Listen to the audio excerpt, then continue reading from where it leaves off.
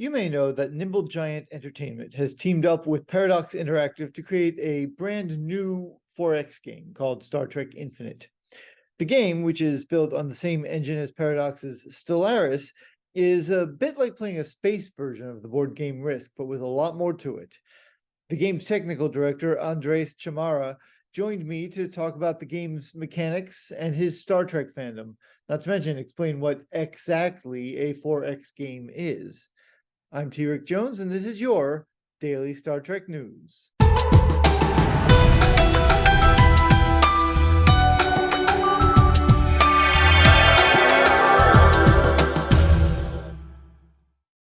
The first thing I want to do is say you are the technical director or a technical director for Nimble Giant, and specifically for Infinite specifically, yeah. So what does that entail? What does the job of technical director entail in a video game like this? Well, my role is to direct the programming, most specifically of the project itself. That means hiring, assembling the team, staffing for programming specifically, and working with other departments like QA, design, to make sure that the dynamics between the different disciplines work well. We're not like segregated into silos like programmers on one side, designers on another. They are in constant collaboration, but still needs to be designed and ironed out. So that's big part of my job. I'm also in charge of making sure that we can upload a new build every time we need one, that the deployment on Steam works and stuff like that, in collaboration with the publisher, in this case Paradox, which usually manages the Steam store page. Great. I also help the team understand whatever technology that we are working on. So on one hand, exactly how do you work on a game like Stellaris, a strategy game of this kind, which is very different to other types of games, and also if it's what's the engine like Unreal, Unity, and in this case CloudSuite. I had never played a 4X game before. I knew what they were, but I had never actually played one before last week when I started working on this one. It's really fun. But for anybody who does not know what a 4X game is or has not played one, just take us briefly. What is a 4X game? Well, the 4X game is a genre that started in the early 90s with Civilization and Master of Orion, and I believe there were a couple other similar ones that perhaps were not so popular. It's based on the 4 X's are standing for explore, expand, exploit, and exterminate. These are the 4 core game loops of these kinds of game. Is the main task that you will be doing in them. Paradox games are a bit different. It's also like a sub-genre almost, what is called grand strategy games, although Stellaris is much closer to a 4X. When you decided to take Stellaris, this is not just a skin of Stellaris. This is you went and like redesigned it for the Star Trek universe, which I think is really cool. So when you decide to do a Star Trek game like this, a 4X Star Trek game, what's the first thing you think about? How do you start to sort of design it? What are some of the things that you need to think about before you even start coding? Well, the first step is to understand what's your audience and what will be the fantasy that you want the audience to be playing.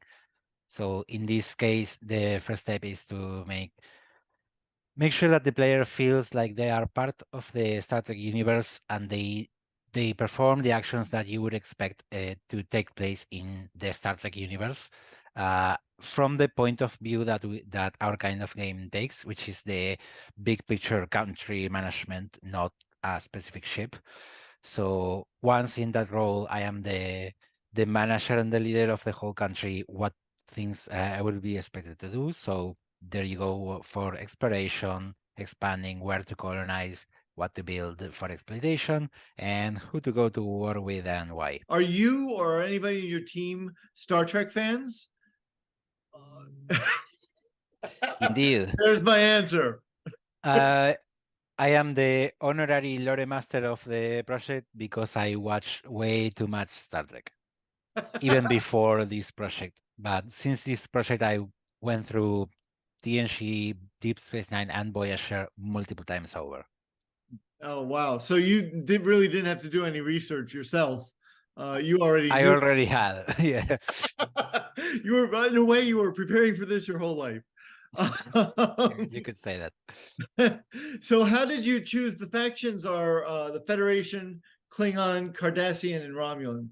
So how did you choose those 4 factions for the game? Well, the first step was to choose a time range for the franchise because mods like the one you mentioned for Stellaris try to cover everything Star Trek from the very beginning, which would be the first Enterprise from the Enterprise series. So, and that goes all the way into the future. You already have like Discovery has gone multiple centuries into the future of what we're used to seeing in Star Trek. So it's a long time span. And that will be a lot of content and also very different kinds of mechanics. So the first step was to choose what to focus on. And we went for the TNG through Voyager era, which I call the Picard era, because we start from more or less the point that Picard would be in the academy maybe, because of the year, and all the way past his time span.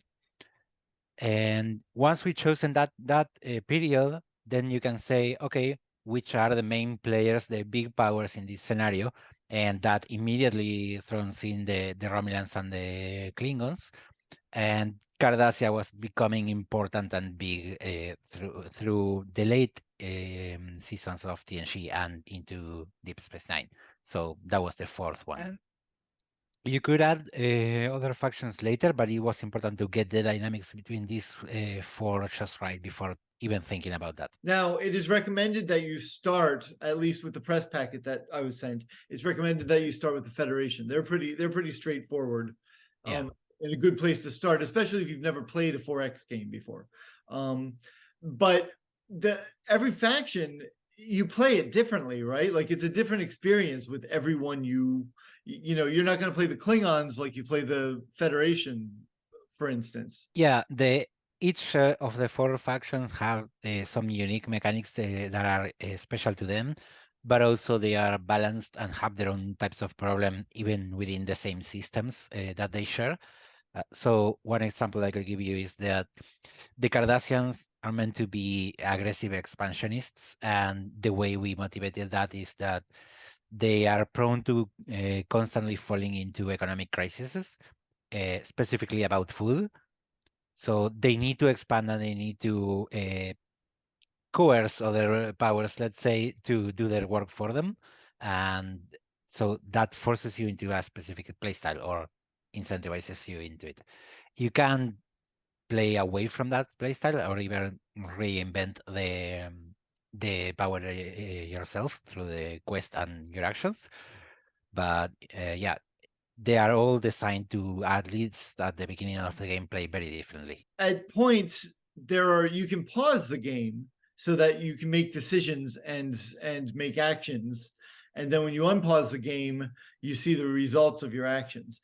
But the game also gives you, I don't remember what you call it, but the game gives you moments where you can make a decision, a diplomatic decision, or you know, some kind of decision relating to the other factions that you're not playing.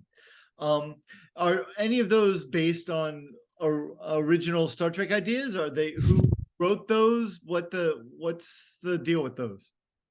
So the diplomatic interactions themselves are driven by the systems, by the choices that the Romulans are making. If you're playing the Federation, let's say, the Romulans are making their own choices, so they maybe want to make a research agreement with you, they will propose that, and if they want to go to war, they will do that as well.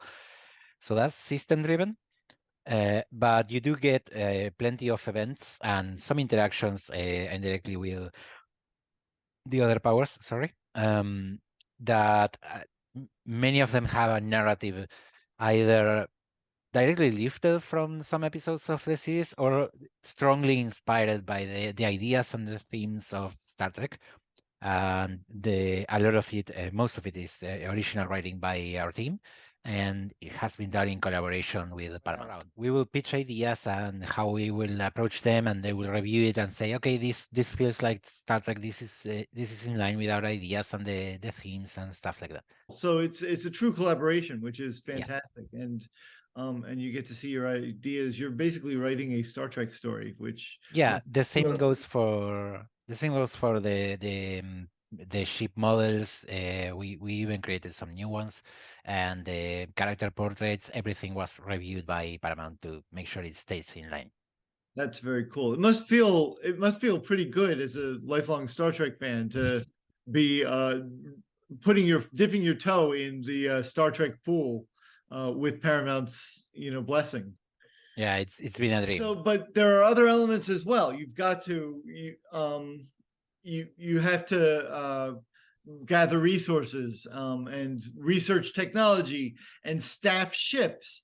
And I haven't gotten to it yet, but I think you can actually design your own starships. Am I right about that? You can change and configure the types of weapons that they use and a balance between shields and armor and their engines. The model of the ship won't change. It's the same, but you equip them, let's say. And you have different types of ships. You'll have, I assume, as a Klingon, you could have a bird of prey or a Katinga. In the Federation, you've got your science ship and everything. It makes a point of saying at the beginning, really in Starfleet, every ship is a science ship, but some are more heavily weaponized or whatever, so which I think is really cool. It really is a level of detail that I think is really neat in the game. So how do you win? Or do you win? Does it continue forever? Well, both. So these kinds of games, a lot of people don't care about the victory condition. They just play the game and paint the map their color and dominate everything. And you can keep on doing that pretty much indefinitely until there's nothing left for you to do. But it will feel weird, and a lot of people do need objectives and something to look for. So these games always include some victory condition. In this case, we went for two ideas. One is the domination victory, let's say, and the other will be a diplomatic victory. Not so diplomatic because of how the Klingons and the Cardassians work, but so the gist is this. For the domination victory, it's about score.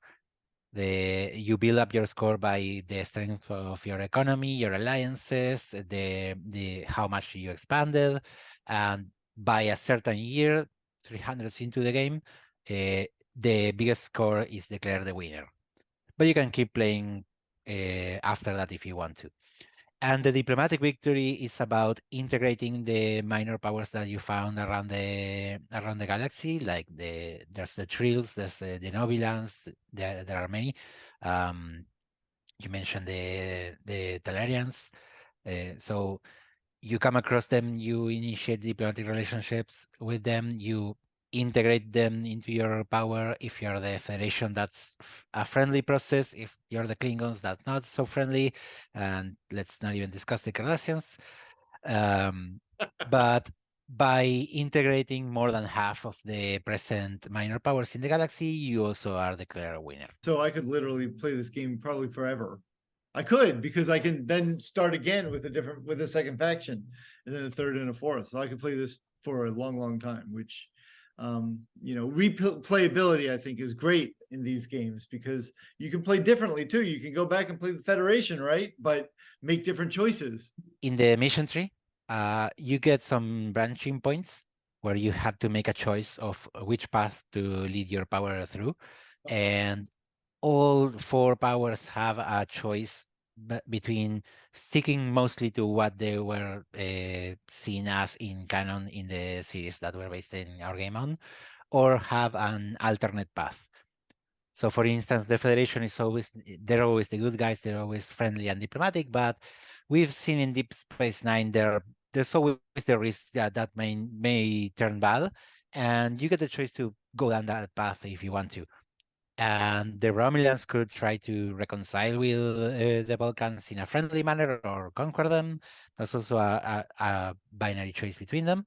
And the Klingons have their balance between a very materialistic vision of honor, of glory through battle, and a more spiritual one between discipline and respect and truth. And they also get to pick between these two different paths.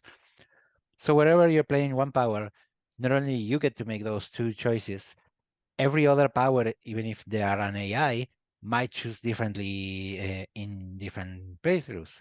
So you're not always playing against the same powers even.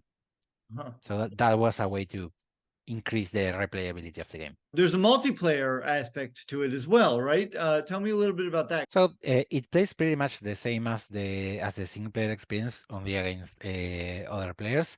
There's up to 4 players maximum because there are 4 playable factions. You take the role of one as you're choosing in the beginning of the game, and you play against your friends doing the same things that you will in single player. So that's how the multiplayer works. You get into a match against other humans making the decisions that normally an AI will be making. Yeah, it's quite different from the single player because of how it flows, let's say, and because you're already, if you know who you're playing against, if they're friends, you're speculating what will they be doing, who they're gonna ally with, and that makes it a lot more fun. This is worth mentioning. Some of the people in our team were also not usual players from this kind of game, especially many in the art department. They had never played one of these, and they had a hard time getting into it in this trying to play solo. And playing multiplayer really opened them up to the game. They started to enjoy it and to understand it, and that was a lot better for new players. You've got some tutorials up on YouTube about how to play, and I took the beginner. Once I got started, I was okay, but it's overwhelming at first when you open this map and you're like, "What do I do first? What's happening?"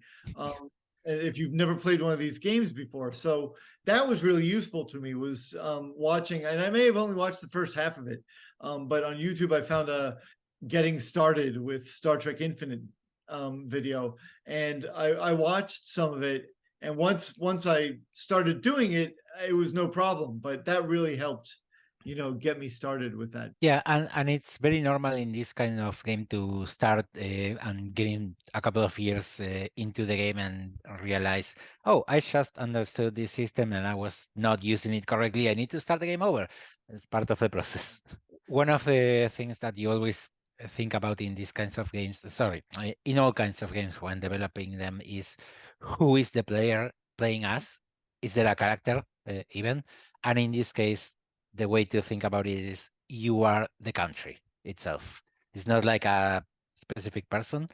You play as the country. That is your character. If the opportunity arose for Nimble Giant, or you specifically, to do another Star Trek game, even a different kind of Star Trek game, is that something you would be up for doing? I've already said in previous interviews that if I get the opportunity, I will gladly work on this particular game for the next 10 years.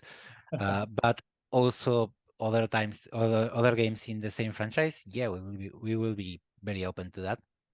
Andrès Chamarra, thank you so much for joining me here on Daily Star Trek News. This has been a delightful conversation. I'm really glad you were able to come on and talk to me about your game. Thank you. It's been a pleasure as well. Star Trek Infinite is available for Mac and PC via Steam. Join me next week when I talk to Owen Delancey, son of Q actor John, about his company Fanfare Signatures.